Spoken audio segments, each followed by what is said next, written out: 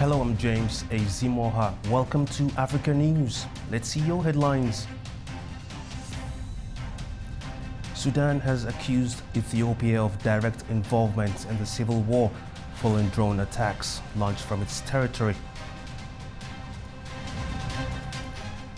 Rwanda has condemned new U.S. sanctions targeting its military over alleged support for M23 rebels in East Democratic Republic of Congo. And Tanzania expands oil storage to shield economy from shocks amid ongoing Middle East conflict.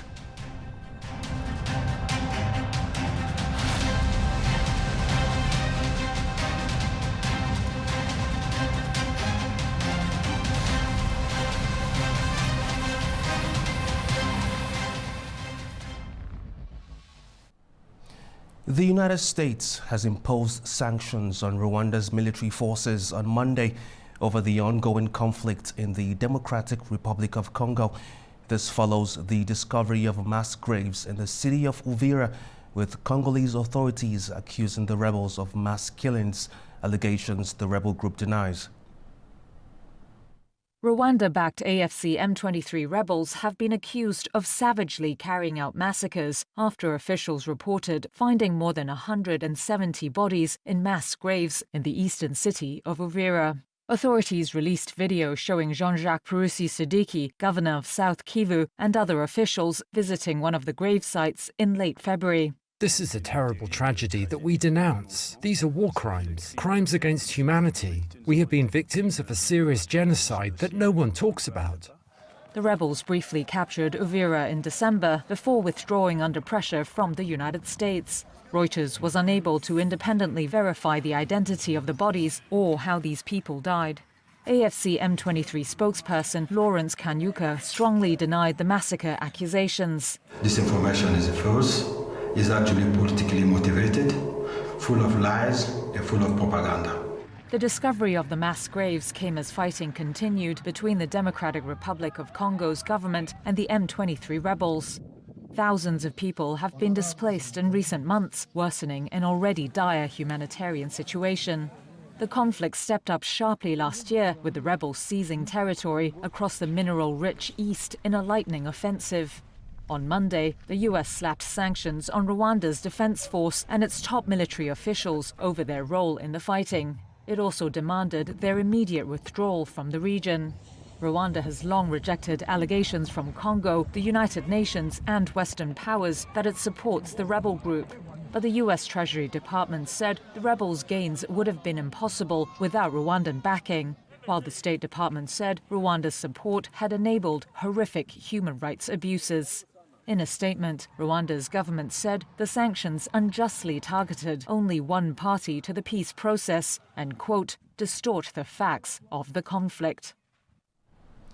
Rwanda has rejected accusations that its army is fueling conflict in the east of the Democratic Republic of Congo and described recent sanctions that the United States imposed on its army and 4 senior officers as unfairly targeting them.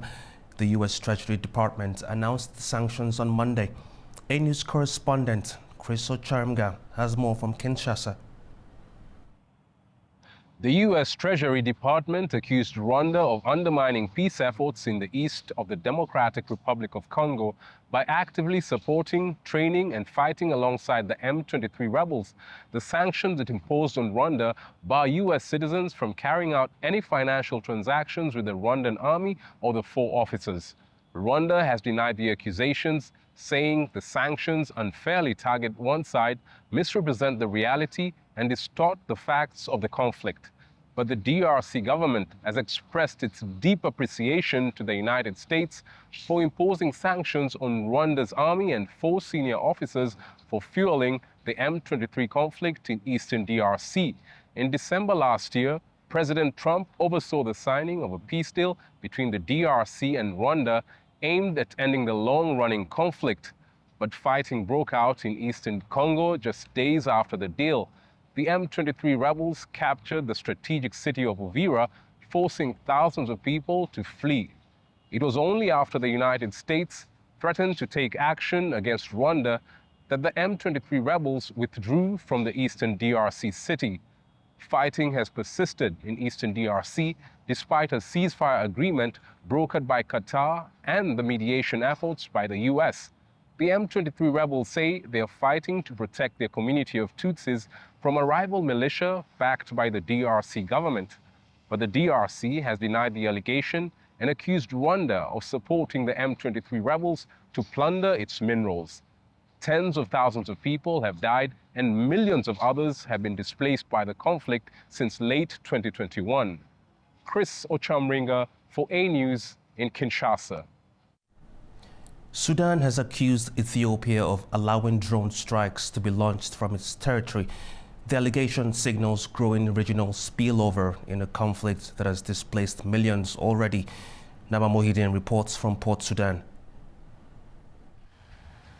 Sudan has officially accused Ethiopia for the first time of involving in the Sudanese conflict by allowing the RSF paramilitary group that is battling the Sudanese army since April 2023 of using its territories to launch drone attacks against Sudan between February and March 2026.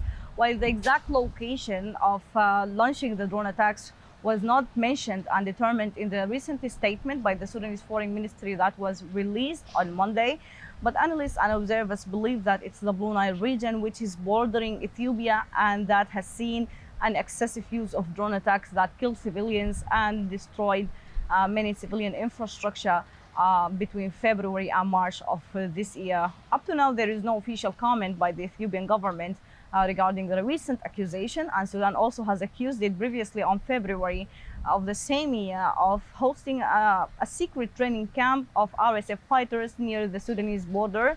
Ethiopia has also has not commented on that accusation, but it has previously denied any relationship between Ethiopia and any of the Sudanese warring party and said Ethiopia is neutral regarding the conflict in Sudan. This major development of ties and accusations between Ethiopia and Sudan is marking a new tension between the two countries, that already there is dispute between the two countries over lands bordering borders between Sudan and Ethiopia, and also tensions over a hydropower dam that Ethiopia is building, which of course adding more tensions and more weight on the already fragile relationship between the two countries.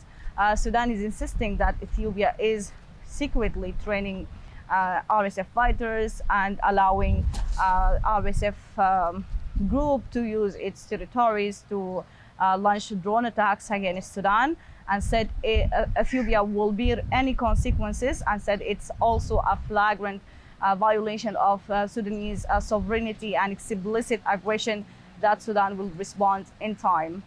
This major development, of course, is an indicator of internationalization of the conflict in Sudan that not impacted only the country, but also could spill over the whole region. The conflict in Sudan that erupted on April 2023 between the Sudanese armed forces, the government forces, and the paramilitary group killed thousands of people and displaced more than 13 million people. With more than 4 million people right now are displacing in neighboring countries, including Ethiopia itself, Eritrea, South Sudan, Egypt, Libya, Chad, and the Democratic Republic of Congo, and also some other countries, including Uganda and the Central African Republic. The humanitarian situation in Sudan is deteriorating, and any internalization of this conflict means that the situation will worsen further before it's seen any improvement. Naba Muhiddin for A News, Port Sudan.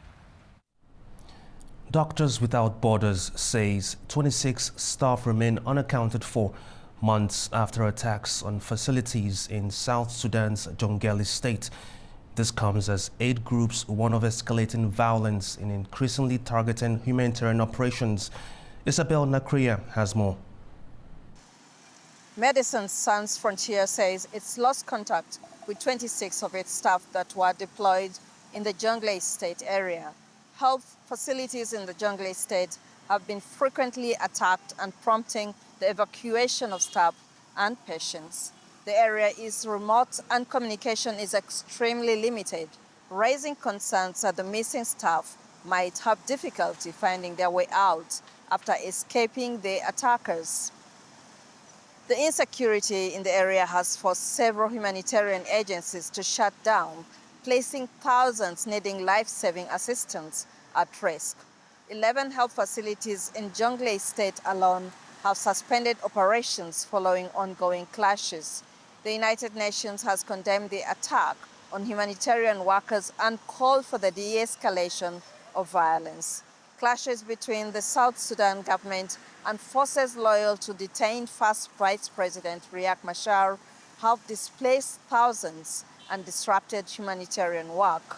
Isabel Nakiria for A News in Kampala.